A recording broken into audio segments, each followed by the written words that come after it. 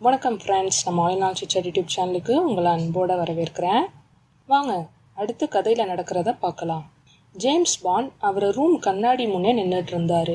எப்பவும் போல் காலையில் எழுந்து ஸ்கூலுக்கு போய் லெசன்ஸை கவனிச்சிட்டு லஞ்சுக்கு ஹாஸ்டல் வந்துட்டார். ஆமாம், அன்னைக்கு ஸ்கூல் ஹாஃப் டே தான். ஏன்னா அது ஜூன் 4ஆம் தேதி. ஜேம்ஸ் படிக்கிற இந்த ஸ்கூலோட நிறுவனர் கிங் ஹென்ரிக்கு பிறந்த நாள் 4th ஜூன். இதை கொண்டாடுற விதமாக ஸ்டூடெண்ட்ஸுக்கு ஸ்போர்ட்ஸ், கல்ச்சரல்ஸ்னு அன்னைக்கு மதியத்துக்கு மேலே நிறைய நிகழ்ச்சிகள் நடத்துவாங்க. பேரண்ட்ஸ், ரிலேட்டிவ்ஸ்னு வெளியாளுங்களையும் ஸ்கூல் உள்ள அன்னைக்கு அலோவ் பண்ணுவாங்க. இதனாலேயே ஏட்டனில் வருஷம் ஜூன் 4ஆம் தேதியான அந்த ஒரு நாள் கலகலப்பாகவும் கொண்டாட்டமாகவும் இருக்கும். பாண்ட் அதுக்கு தான் ரெடி ஆகிட்டு இருந்தாரு. இது எப்போ நடந்துச்சுன்னு ஜேம்ஸ் ரூம்ல உள்ள டேபிள் மேலே ஏறி உட்காந்துக்கிட்டே பிரீத் பால் கேட்டான். போன வாரம் தேர்ஸ்டேன்னு ஜேம்ஸ் சொல்ல, ஆனா நீ இதை பத்தி மூச்சே விடலை பாத்தியா, இப்போலாம் எங்ககிட்ட மறைக்கிற இல்லைன்னு பிரீத் பால் கேட்கவும், அப்படி இல்லடா, அது ரொம்ப ரிஸ்க், என்னால யாரும் பிரச்சனையில மாட்டிடக்கூடாதுன்னு தான் நான் அதை பத்தி வாயே திறக்கலன்னு பாண்ட் சொன்னாரு.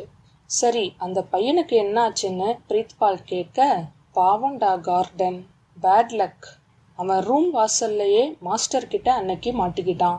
அடி திட்டுனா கூட வாங்கிக்கலாம், ஆனா விஷயம் பிரின்சிபல் கிட்ட போனா ஸ்கூலை விட்டே துரத்திடுவாங்க. கார்டன் எப்படி தப்பிக்க போறானே தெரியல. இன்னைக்கு வேற எல்லாரு மாதிரியும் அவன் பேரண்ட்ஸும் இங்க வருவாங்க. என்ன ஆக போகுதோ தெரியலன்னு பெருமூச்சு விட்டபடி ஜேம்ஸ் பாண்ட் சொன்னாரு. ஜேம்ஸ் டேஞ்சர் சொசைட்டியில் இருக்கிறது சொசைட்டி ஆளுங்களை தவிர இன்னும் 2 பேருக்கு தெரியும். ஒன்று பிரீத் பால், இன்னொன்று டாமி. இவங்க தான் ஜேம்ஸ் பாண்டோட க்ளோஸ் ஃப்ரெண்ட்ஸ். ஹாஸ்டலில் பக்கத்து ரூம். பிரீத் பால் ஒரு இந்தியன். ஜேம்ஸ் இங்கே படிக்க சேர்ந்த புதுசில் பிரீத் பால் தான் அவருக்கு கூட இருந்து ஹெல்ப் பண்ணி எல்லாம் சொல்லி கொடுத்தது. அதனால பிரீத் பாலை ஜேம்ஸுக்கு பிடிக்கும். சரி போதும் பாண்ட், எவ்வளோ நேரம் கண்ணாடியே பார்ப்ப, வா சீக்கிரம், இன்னைக்கு ஒரு நாள் தான் நமக்கு பிடிச்ச மாதிரி ஸ்டைலாக ட்ரெஸ் பண்ணிக்க முடியும், அப்புறம் ஃப்ளார்ஸ்லாம் தீந்துடும்னு பிரீத் பால் சொன்னான். ஜேம்ஸ் அவ்வளோ நேரமும் எவ்வளோ தள்ளி விட்டாலும் முன்னாடி வந்து நெற்றியில விழுந்த அவரோட முடிக்கற்றைய ஒரு வழியா ஒதுக்கி சரி செய்தபடி பிரீத் பாலோட ரூமை விட்டு வெளியே வந்தாரு. ஹாஸ்டலை தாண்டி கிரவுண்டில் 2 பேரும் இறங்கி நடக்க, அவர்களை போலவே மற்ற ஸ்கூல் பசங்களும் அங்க குதூகலமா ஓடி திரிஞ்சிட்டு இருந்தாங்க. கொஞ்ச தூரம் போனதும் ஒரு இடத்துல பூ விற்கிற வயசான பாட்டியோட கடை வர அங்க ஜேம்ஸும் பிரீத் பாலும் போனாங்க.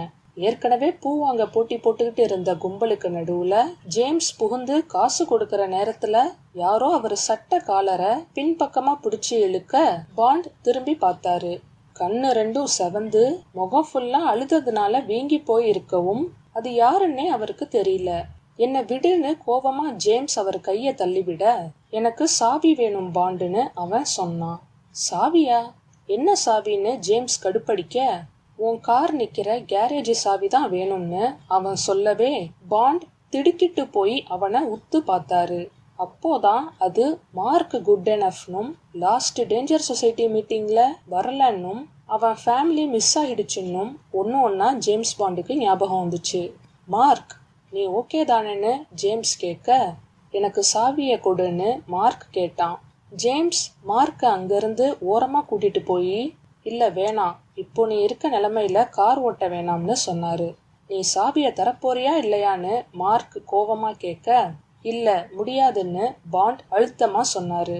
நீ தரலனா என்ன, நான் போய் பெர்ரி கிட்ட கார் கேரேஜ் சாவியை வாங்கிக்கிறேன்னு கத்திட்டு மார்க் வேகமா ஓடி போனான்.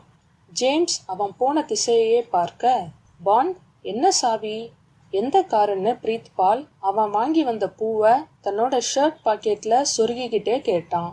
அது ஒன்றும் இல்லை, அவன் கொஞ்சம் அப்செட்டா இருக்கான், நீ வா போலாம்னு ஜேம்ஸ் பதில் சொன்னாரு. டேஞ்சர் சொசைட்டியை தவிர தன்னோட காரை பத்தி யாருக்கிட்டையும் ஜேம்ஸ் சொன்னதில்லை, பிரீத் பால் கிட்டையும் சொல்லல, அது பெரிய ஆபத்துல கொண்டு போய் விட்டுடும்னு.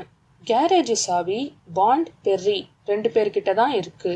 கொஞ்ச நேரத்துல ஜேம்ஸ் பாண்டோட ஆன்டி சார்மியன் ஸ்கூலுக்கு வந்துடவே அவங்கள பார்த்து பாண்ட் கிட்ட ஓடினாரு. ஒருவர் நலம் விசாரிச்சதுக்கு அப்புறம் ஜேம்ஸ் அங்க நடக்கிற நிகழ்ச்சிகளை ஆன்டிக்கு சுத்தி காமிச்சாரு. ஒரு கிரிக்கெட் மேட்ச் நடந்த ஸ்டேடியம்க்கு ஜேம்ஸ் சார்மியனை கூட்டிட்டு போனாரு. நீ எப்படி படிக்கிற பாண்ட்? இங்கே எதுவும் கஷ்டம் இல்லையேன்னு உட்காந்துக்கிட்டே சாமியன் கேட்டாங்க.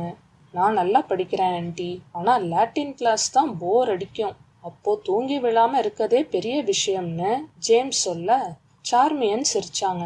அப்புறம் பக்கத்துல இருந்த ஒரு ரெஸ்டாரண்ட்டுக்கு ஜேம்ஸை லஞ்சு சாப்பிட ஆன்ட்டி அழைச்சிட்டு போனாங்க.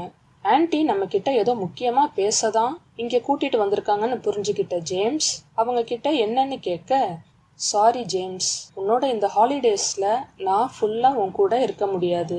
அமேசான் காட்டுக்கு ட்ரிப்பு போக வாய்ப்பு கிடைச்சிருக்கு. அங்க வசிக்கிற மக்கள் அவங்க இனத்தை தாண்டி வெளியாளுங்களையே சந்திச்சதில்லையாம். அங்க போய் அவங்களோட 1000 வருஷத்து பழமையான பழக்க வழக்கங்களை பார்த்து தெரிஞ்சுக்க போறேன்னு சாமியன் சொன்னாங்க. ஜேம்ஸ் ஒன்னும் சொல்லாம ஒரு சிரிப்போட தலையாட்டினாரு. சாமியன் ஒரு ஆந்த்ரோபாலஜிஸ்ட். பல இடங்கள்ல வாழ்ற பல்வேறு வகையான மக்களை சந்திச்சு அவங்க நடைமுறைகளை தெரிஞ்சுக்கிற ஆர்வம் உள்ளவங்க. திரும்ப சாப்பிட்டுட்டு ஜேம்ஸோட ஸ்கூலுக்கு வந்தவங்க அவரோட பக்கத்து லேக்ல போட் காம்படிஷன் நடக்கிறத பார்த்தாங்க. சுத்தி நின்ன பலரும் ஆரவாரமா கைத்தட்ட படகு தள்ளும் போட்டி ஆரம்பிச்சது. யாரு ஜெயிக்க போறான்னு தெரிஞ்சுக்க ஜேம்ஸ் ஒரு அடி நகர்ந்து எட்டி பார்க்க, அப்போ யாரோட காலையோ தெரியாம மிதிச்சிட்டாரு. பாண்ட், கேர்ஃபுல்னு குரல் வரவும் ஜேம்ஸ் நிமிர அது அவரோட class teacher mister Marriott. James sorry சார்னு சொல்லிட்டு அவருக்கு சார்மியனை அறிமுகப்படுத்தினாரு. மெரியாட்டும் ஒரு ஹலோ சொல்லி தனக்கு பக்கத்துல இருந்த ஆளை கை காட்டி, மிஸ்டர் ஜான் கூப்பர் பிரெஞ்ச், என்னோட கொலீக், இங்க ஏட்டன் ஸ்கூலோட லாட்டின் சொசைட்டிக்கு பிரசிடென்ட்டாவும் இருக்காருன்னு அறிமுகப்படுத்தினாரு. உடனே சார்மியன், ஓ அப்படியா, பாண்டு கூட இப்போதான் சொன்னான், லாட்டின் கிளாஸ் ஏன் வருதுன்னே தெரியல, சுத்த போருன்னு. என்ன கேட்டா நானும் லாட்டின் தேவையில்லாததுன்னு தான் சொல்லுவேன்னு சார்மியன் சொன்னாங்க. அதுக்கு மெரியாட் முறைக்க ஜேம்ஸுக்கு பயத்துல வேர்த்தோடியது. கூப்பர் பிரெஞ்ச், என்ன மேடம் இப்படி சொல்லிட்டீங்க? நாம பேசுற இங்கிலீஷ் லாங்குவேஜோட அடித்தளம் ஆணிவேரே லாட்டின் மொழி தான். கண்டிப்பா பசங்க இதை கத்துக்கணும்னு சீரியஸா சொன்னாரு. ஐயோ, நான் தப்பா எதுவும் சொல்லல, லாட்டினும் அழகான மொழி தான். நானே அங்க இங்கன்னு சுத்தினதுல 5 மொழிகள்ல சரளமா பேசுவேன். அப்படி ஆர்வம் உள்ளவங்க லாட்டினை கத்துக்கலாம். ஆனா எல்லாரும் அவசியம் படிக்கணும்ன்ற அளவுக்கு லாட்டின் முக்கியம் இல்லை. அதோட இந்த காலத்துல இது தேவையில்லாத ஒண்ணுன்னு சார்மியன் பேசினாங்க. இருக்கலாம், ஒருவேளை உங்களை மாதிரி பெண்களுக்கு இது தேவையில்லாம போகலாம். ஆனா உலகையே ஆட்டி படைக்கிற ஆண்கள் எல்லாரும் லாட்டினை கத்துக்கிறது அவசியம். அப்போதான் வரலாறு படைக்க முடியும்னு கூப்பர் பிரெஞ்ச் தீவிரமா சொல்லவும், எப்படி அந்த காலத்து ரோமானியர்கள் பதவி ஆசையினால ஒருத்தர் வெட்டி கொன்னாங்களே, அது மாதிரி சாதனை படைக்கலாம்னு நான் சொல்றீங்க? நீங்க சொல்ற ரோமானியர்கள் வரலாற்றுல வெறும் பேராசையும் கொலவெறியும் தான் இருக்கு. அப்படிப்பட்ட வரலாறு என் ஜேம்ஸ் பாண்டுக்கு வேணாம்னு சார்மியன் நிமிர்வோட சொன்னாங்க. நீங்க சரியான தகவல்கள் தெரியாம பேசுறீங்க. அரைகுறை அறிவு எப்பவுமே ஆபத்து தான். இதுக்கு மேல நான் உங்ககிட்ட வீணா பேச விரும்பல. குட் பைன்னு சொல்லிட்டு கூப்பர் பிரெஞ்ச் அங்கிருந்து கிளம்பினாரு. அவருக்கு மொழிப்பற்று அதிகம், அதான் கொஞ்சம் சீரியஸா நடந்துகிட்டாரு. நீங்க ஃப்ரீயா விடுங்கன்னு சொல்லி மெரியாட் சார்மியனை சமாதானப்படுத்தினாரு. அப்புறம் அவங்க 2 பேரும் வேற ஏதேதோ பேசிட்டு இருக்க பாண்டுன்னு கூப்பிட்டு பெர்ரி அங்க ஓடி வந்தான். ஜேம்ஸ், என்ன ஆச்சு, ஏன் இப்படி மூச்சு வாங்க ஓடி வரேன்னு கேட்க, மார்க் என்கிட்ட சண்டை போட்டான், இன்ஃபேக்ட் என்ன அடிச்சிட்டான்னு பெர்ரி கோவமா சொன்னான். ஜேம்ஸ் சார்மியன் கிட்ட போய் இதோ வந்துடுறான்னு எக்ஸ்கியூஸ் சொல்லிட்டு பெர்ரிய தனியா கூட்டிட்டு போனாரு. இப்போ சொல்லு, மார்க் எங்கன்னு பாண்டு கேட்க, அவன் என்கிட்ட கேரேஜ் சாவிய புடுங்கிட்டு போயிட்டான், எனக்கு என்ன பண்றதுன்னே தெரியல, உன்னை ஃபுல்லா தேடிட்டு காணாம தான் இங்க வந்தேன்னு பெர்ரி சொன்னான். இது நடந்து எவ்வளோ நேரம் இருக்கும்னு ஜேம்ஸ் கேட்டாரு. ஒரு 5 நிமிஷம் முன்னாடின்னு பெர்ரி சொல்றதுக்குள்ள பாண்ட் வேகமா கேரேஜை நோக்கி ஓட ஆரம்பிச்சாரு. மார்க் மட்டும் தனியா கார் எடுத்து ஓட்டிட்டு போயிட்டா அப்புறம் என்ன வேணா நடக்கலாம்னு அவர் மூளை ஜேம்ஸை எச்சரித்தது.